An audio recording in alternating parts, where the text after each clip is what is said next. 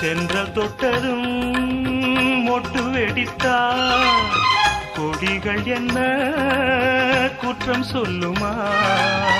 கொல்லை துளசி எல்லை கடந்தா வேதம் சொன்ன சட்டங்கள் விட்டு விடுமா? வானுக்கு எல்லை யார் போட்டது? வாழ்க்கைக்கு எல்லை நாம் போட்டது. சாஸ்திரம் தாண்டி தப்பிச் செல்வதேது? கண்ணுக்குள் 100 நிலவா, இது ஒரு கனவா? கைக்குட்டை காதல் கடிதம் எழுதிய உறவா?